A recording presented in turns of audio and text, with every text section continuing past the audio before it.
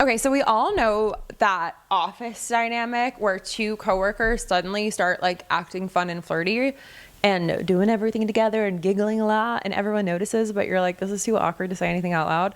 Well, Erika, Kirk, and JD Vance seem to have developed that type of real work industry spouse dynamic situation. Erika, Kirk, and JD Vance, yes, hold back the vomit because there's a lot going on here. We have some travel schedules coming up that hint that they're really going to be spending a lot of time together. And we have some evidence that JD Vance is trying to take advantage of some legal loopholes to spend even more.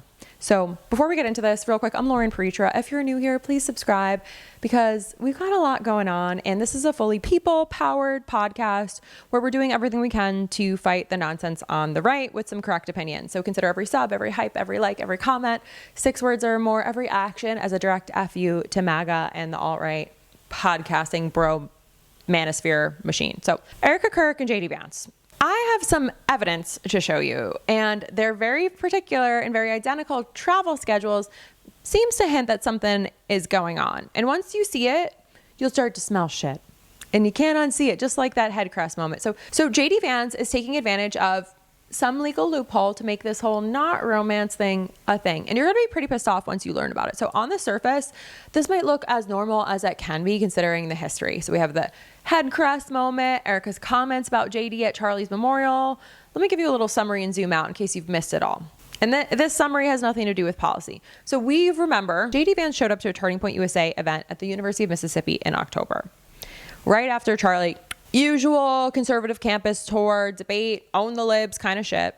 He gave a speech and went home. Except at the end of this event, Vance and Erika hugged. And this was not a normal hug for anyone who knows their ass from their elbow. That was a hug that made the internet be like, whoa, what's going on? Her hands were in his hair. His hands were on her waist. Her face was doing something. His face was doing something back. The internet reacted very kindly considering what we saw. Then another detail showed up. At the same event, Vance said out loud into a microphone that he hopes his wife, Usha, will leave her Hindu faith and convert to Christianity.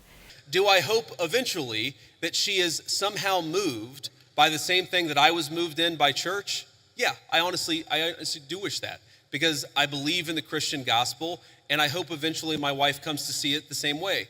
His wife, who has supported his entire political career, who has like 3 of his kids and a 4th on the way or 3rd on the way, I can't keep up, whose parents have also done significant things for him personally. He said it like it was a normal thing to say out loud, disrespecting your wife and her family and her faith while standing next to another woman whose hands were just in your hair. Usha wasn't there. But a lot of people on the internet were like, Usha, girl, be careful. Watch out. You better be safe. The hair, the hug, all of it, like we can't unsee. And the comment about her religion was just so disrespectful. It was one of many disrespectful things he said out loud. And I'm just saying, if you're going to like publicly wish your wife and her family would change their religion and part of their identity, maybe don't do it the same night that you have another woman's hands in your hair in front of everyone. Until recently, JD Vance and Erika Kirk didn't overlap much at all. We had Erika running the activist organization built around college and high school campuses. And then we have JD Vance, unfortunately, holding one of the most powerful offices in the federal government. These two are typically not on the same travel schedule. Yet, when we look at what's coming up for both of them, we have Georgia in April. We have George Washington University. Then we have a trip to Ohio. Identical itineraries across 5 states. At some point, it starts looking like a little bit of a political situationship. And to understand why this pairing matters, you also have to understand what Turning Point USA actually is underneath all the campus branding. Charlie Kirk built it as a student activist network in 2012. Students enter through campus chapters, get trained as organizers, and gradually fed up into this political infrastructure that's been going on for over a decade. It's a conveyor belt of right-wing chaos. Then JD Vance started showing up a little bit more. Then another piece of the puzzle appears, and Erika Kirk's public messaging has shifted noticeably since all this went down. So earlier in her speeches, she leaned heavy on Charlie's legacy, but recently we've seen the tone change into something that sounds much more like a recruitment rally. Then she started talking openly about JD Vance's political future. So she started endorsing him as early as December, and she suggested she would strongly support him for higher office, which when it comes from somebody controlling access to thousands of politically active students, I mean, we reported this week, she just gained access to 10 states worth of high school campuses as like a near mandate from the governors. It is not a casual thing for her to say anymore. Now we're seeing their professional collaboration getting very collaborative. Now hold on to that detail for a second, because this is where it gets even more difficult to unseat. The Vice President of the United States is now appearing on tour inside of a youth recruitment pipeline that has been quietly running for over a decade now, and he's pulling some shady stunts to make it all happen. So the message being delivered to those students, not subtle. So the Vice President is standing right there as living proof, which creates a genuinely like very bizarre picture of these two like deeply unlikable, Rizless people. So for years, this conservative campus movement sold itself as a outsider rebellion thing. They were really trying to position themselves as a counterculture when really they were just a bunch of assholes. And they were like, oh, we're always fighting against elite institutions. The whole brand was supposed to be very anti-authoritarian, anti-establishment. And now the vice president is with them on stage. Outsiders usually not share a travel itinerary with the executive branch. We know that they're the party in power, but at a certain point, you're not knocking on the door of power. You're like holding hands and touching hair together.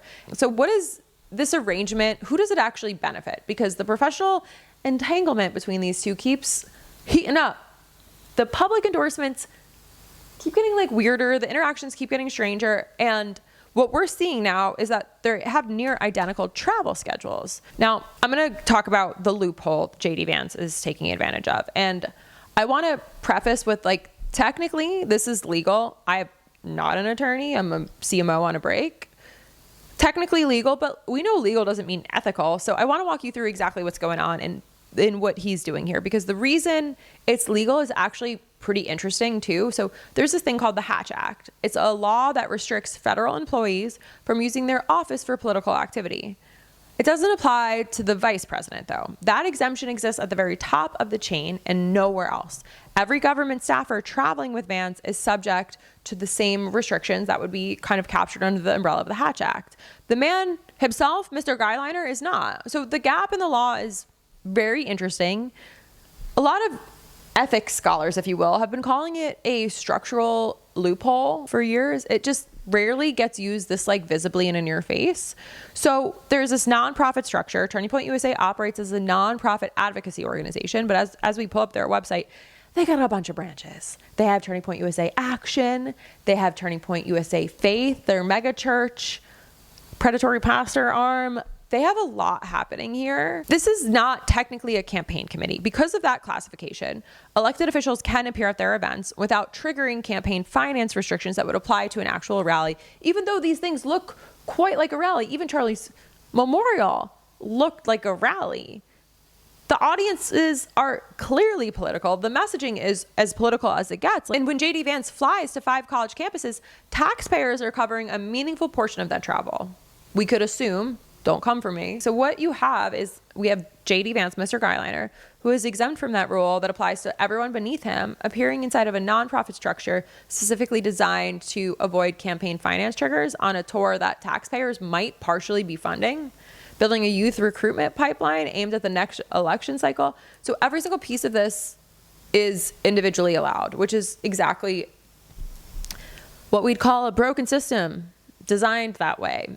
And JD Vance, who was once a venture capitalist before he became a politician, probably understands that better than he lets on. And these structures were built to serve specific purposes. He's not stumbling in this arrangement. He cleared his schedule for 5 college campuses and one very powerful grifting widow. And I'm running out of patience for these coincidences. If you want to keep following this, again, I'm Lauren Paritra. I am Lauren P across all social networks. We can't grow without your support. We're fully bootstrapped and independent, people-powered, doing all that we can to fight the nonsense on the right. So the least you could do is support us with a like, share, sub, hit that subscription button and turn notifications on, because the network here and these campus stops way larger than any stage that JD Vance and Erika Kirk are sharing.